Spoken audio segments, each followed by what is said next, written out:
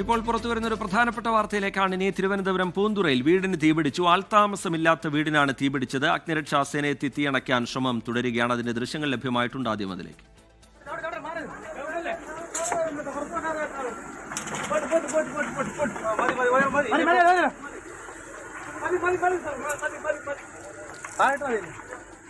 റിനു ശ്രീധർ വിവരങ്ങളുമായി തിരുവനന്തപുരത്ത് നിന്ന് ചേരുകയാണ്. റിനു, ദൃശ്യങ്ങളിൽ നിന്ന് വീട് ഏതാണ്ട് പൂർണ്ണമായി തന്നെ കത്തിനശിച്ചു എന്ന് മനസ്സിലാക്കുന്നു. തീ അണയ്ക്കാൻ കഴിഞ്ഞിട്ടുണ്ടോ? വിവരങ്ങൾ എന്താണ് റിനു? അല്പസമയം മുമ്പാണ് ഇടയാറിലെ ഈ പഴയൊരു തറവാട് വീടാണ്. ഈ തറവാട് വീട്ടിലാണ് തീപിടിച്ചത് എന്നുള്ള വിവരമാണ് നമുക്ക് നൽകാൻ കഴിയുന്നത്. ഇവിടെ ആൾതാമസമില്ല. ഇവിടുത്തെ ഉടമകളൊക്കെ തന്നെ കരകുളം സ്വദേശികളാണ്.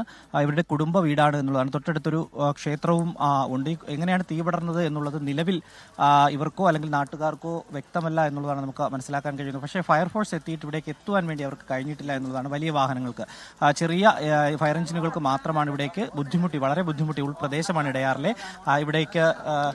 ഇവിടേക്ക് എന്താണ് പറയും? അച്ഛമ്മയുടെ കുടുംബമാണ് അച്ഛൻ്റെ. എന്താ ഇത് സംഭവിച്ചത്? അതിനെപ്പറ്റി അറിഞ്ഞുകൂടാ. എൻ്റെ അച്ഛൻ ജനിച്ചതും വളർന്നതും എല്ലാം ഇതിൻ്റെ അകത്താണ്. എൻ്റെ അച്ഛനെ പ്രസവിച്ചതിൻ്റെ അകത്താണ്. ഈ വീടിന് ഇപ്പോൾ തീപിടിച്ച് എങ്ങനെയാണെന്ന് അറിയാം? അത് ഞങ്ങൾക്ക് അറിഞ്ഞുകൂടാ. ഞങ്ങളിവിടെ ഇല്ലായിരുന്നു. ഇതൊരു 7-7:30 സമയത്താണ് ഇത് ഇവിടുത്തെ നാട്ടിലെ 7 മണി നാട്ടിൽ ഇവിടെ നിന്ന് കൂട്ടുകാരെല്ലാം കണ്ടത്. അപ്പോഴത്തേക്കും ഇത് നല്ല രീതിയിൽ വ്യാപകമായി കത്തിക്കഴിഞ്ഞു. ഈ ഒരു 450 വർഷം പഴക്കമുള്ള ഒരു തറവാടാണ്. തൊട്ടടുത്ത് പ്രസിദ്ധമായ നാരത്ര ക്ഷേത്രമാണ്. നമ്മുടെ പത്മനാഭസ്വാമി ക്ഷേത്രമായിട്ട് ബന്ധപ്പെട്ട് പ്രവർത്തിക്കുന്ന ഒരു കുടുംബമാണ്. അപ്പം ഇതിന്റെ ചുവര് കംപ്ലീറ്റ് കെട്ടിക്കുന്നത് പഴയ തടിയാണ്. ഇതിന്റെ മേൽക്കൂരയും ചേകരും എല്ലാം ഈ തടിയിലാണ് നിർമ്മിച്ചിരിക്കുന്നത്. അപ്പോൾ ആ തടിയിൽ നിർമ്മിച്ചിരിക്കുന്നത് കൊണ്ട് തന്നെ ഈ തീ പടരാൻ അത്രയും കൂടുതൽ ആളിക്കത്തുവാൻ സാധ്യത കൂടുതലായിരുന്നു. പിന്നെ നമുക്ക് ഇവിടെ നമ്മുടെ പാലം കണ്ടല്ലോ. അപ്പോൾ ഈ പാലം നമ്മുടെ ദ്വീപാണ്. അപ്പോൾ ഇങ്ങോട്ട് വരുവാനുള്ള പാലത്തിന് ഈ പരിമിതിയാണ്, വലിയ വണ്ടി വരാൻ പരിമിതിയാണ്. അതുകൊണ്ടാണ് ഈ ചെറിയ മിനി ഫയർഫോഴ്സിന് വണ്ടിയാണ് വരുന്നത്. ആ 2 വണ്ടി വന്നപ്പം തന്നെ ഇതിൽ അടിക്കുന്ന വെള്ളത്തിന് ഫോഴ്സിൽ പ്രശ്നം ഉണ്ടായിരുന്നു. അപ്പോൾ ചെറിയ വണ്ടി ആയതുകൊണ്ട് തന്നെ അപ്പോൾ അവരെ നമ്മുടെ ഈ വിവരം അറിഞ്ഞെത്തിയതാണ്. അതെ. അപ്പോൾ നമ്മളാണ് ഈ ഫയർഫോഴ്സ് അവരെല്ലാവരും വിളിച്ച് നാട്ടുകാരാണ്. അപ്പോൾ ഇത് ഈ ഫയർഫോഴ്സ് ചെറിയ വണ്ടി ആയതുകൊണ്ട് തന്നെ ഈ വെള്ളത്തിന് അണയ്ക്കാനുള്ള പ്രയാസം ഉണ്ടായിരുന്നു. ആ തീപിടുത്തത്തിൽ എന്തെങ്കിലും ദുരൂഹത വല്ലതും ഉണ്ടോ? ആ ദുരൂഹതയെ കുറിച്ച് അറിയുന്നില്ല. അതിനിപ്പോൾ ബന്ധപ്പെട്ട ഉദ്യോഗസ്ഥർ വന്നിട്ടുണ്ട്, അവർ അന്വേഷിക്കണം ഇതിനെക്കുറിച്ച്. ഇതിപ്പോൾ ആൾതാമസം ഇല്ല. മുന്നേ ഇവിടെ ആൾതാമസം ഉണ്ടായിരുന്ന തറവാടാണ്. ഇപ്പോൾ അവരെ ഈ ഇതിൻ്റെ കലവറയും മറ്റു കാര്യങ്ങളായിട്ട് ഉപയോഗിക്കുന്നുണ്ട്. അപ്പോൾ ഇത് ഈ പ്രധാന വിഷയം എന്ന് പറഞ്ഞാൽ കൗൺസിലറാണ്. കൗൺസിലർ കൂടി ഇപ്പോൾ ഇവിടെ എത്തിയിട്ടുണ്ട്. കൗൺസിലർ, എന്താണ് സംഭവിച്ചതെന്നുള്ള വിവരമുണ്ടോ?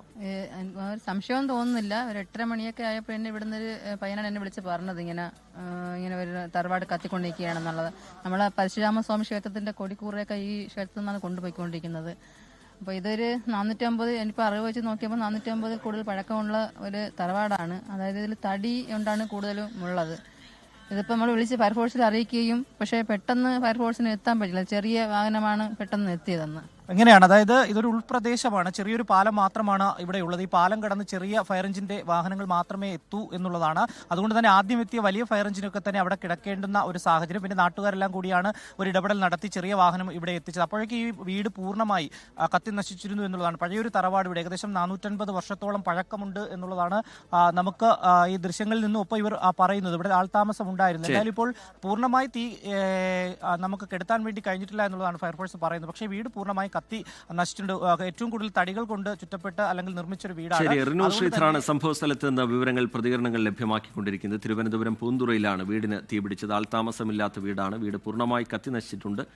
തീ പൂർണ്ണമായി അണയ്ക്കാൻ ഫയർഫോഴ്സിന് കഴിഞ്ഞിട്ടില്ല. അതിനുള്ള ശ്രമം അവർ അവിടെ തുടരുകയാണ്. റിനു ശ്രീധർ വിവരങ്ങൾ പങ്കുവയ്ക്കുകയായിരുന്നു.